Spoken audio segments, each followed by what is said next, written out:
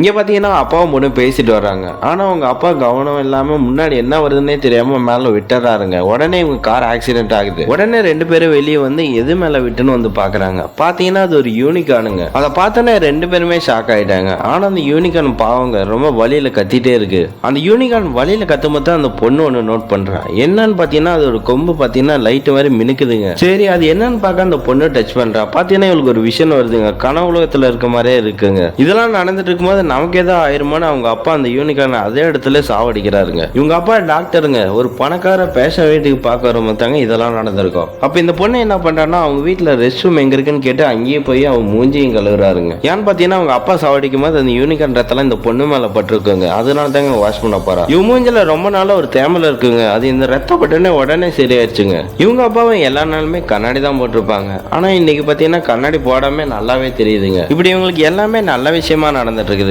ஏன்னு பாத்தீங்கன்னா இவங்க ரெண்டு பேருமே என்ன பண்ணிருப்பாங்கன்னா அப்படியே விட்டா இங்க மாட்டிக்கவுன்னு இந்த குதிரையை அவங்க கார்ல வச்சுட்டு வந்திருப்பாங்க. அந்த குதிரை தாங்க கொஞ்ச நேரத்துல உயிரோட வந்திருக்கும். அதுதாங்க அந்த காரையும் ஆட்டிட்டு வந்திருக்கும். அந்த குதிரை உயிரோட வந்து இவங்க எல்லாத்துக்குமே ஷாக் ஆகுறாங்க.